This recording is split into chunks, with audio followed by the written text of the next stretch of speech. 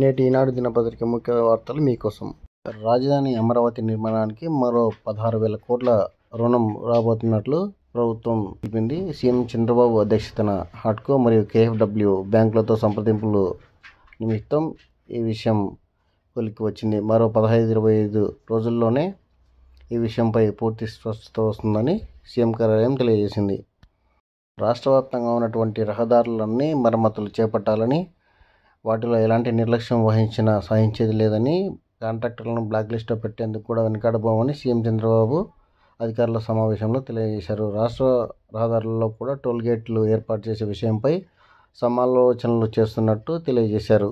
మంచి సమాజం ఆవిష్కృతం అవ్వాలంటే విద్యార్థి దశ నుంచి నైతిక విలువలు అవసరమని రాష్ట్ర ముఖ్యమంత్రి చంద్రబాబు నాయుడు అన్నారు. రాష్ట్ర గౌరవ సలహాదారుగా నియమితులైన చాగంటి కోటేశ్వరరావు ఈ సందర్భంగా ఆయనతో కలిసిన సందర్భంగా ఈ వ్యాఖ్యలు చేశారు. అనంతరం రానున్న పాఠ్యాంశాల్లో విద్యార్థుల నైతిక విలువలు పెంపొందించేలా పాఠ్యాంశాలు రూపకల్పన చేస్తామని విద్యాశాఖ మంత్రి లోకేష్ అన్నారు.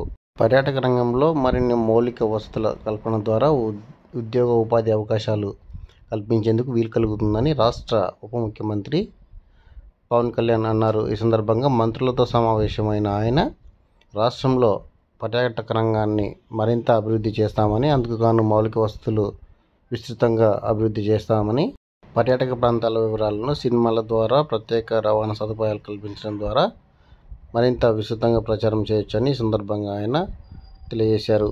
విశాఖపట్నం కేంద్రంగా దక్షిణ కోస్తా రైల్వే జోన్ ప్రధాన కార్యాలయ భవన నిర్మాణ ఆకృతిని రైల్వే శాఖ విడుదల చేసింది. ఈ సందర్భంగా భవన నిర్మాణానికి టెండర్లను ఆహ్వానించింది. రానున్న 2 సంవత్సరాల్లో భవన నిర్మాణాన్ని పూర్తి స్థాయిలో చేపట్టాలని అందుకు సంబంధించినటువంటి టెండర్లను ఆహ్వానించింది.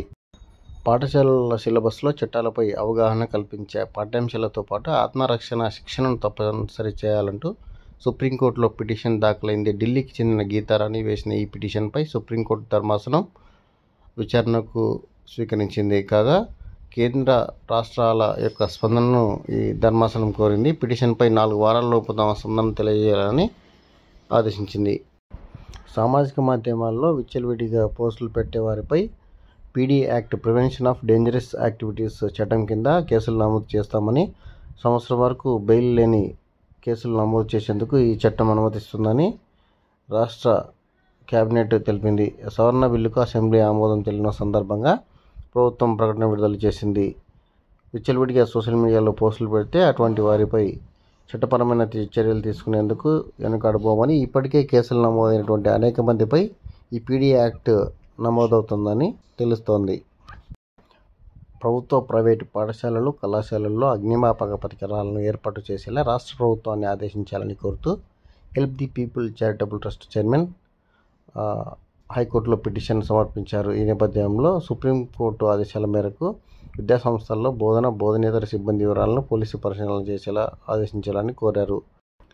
రాష్ట్ర వ్యాప్తంగా విశ్వవిద్యాలయాలు మరియు ప్రభుత్వ కళాశాలల్లో కన్వీనర్ కోటాలో మిగిలిపోయిన పోస్ట్ గ్రాడ్యుయేషన్ పీజీ సీట్లను స్పాట్ కోటాలో భర్తీ చేసుకునేందుకు అనుమతిస్తూ ఉన్నత విద్యాశాఖ ఆదేశాలు జారీ చేసింది.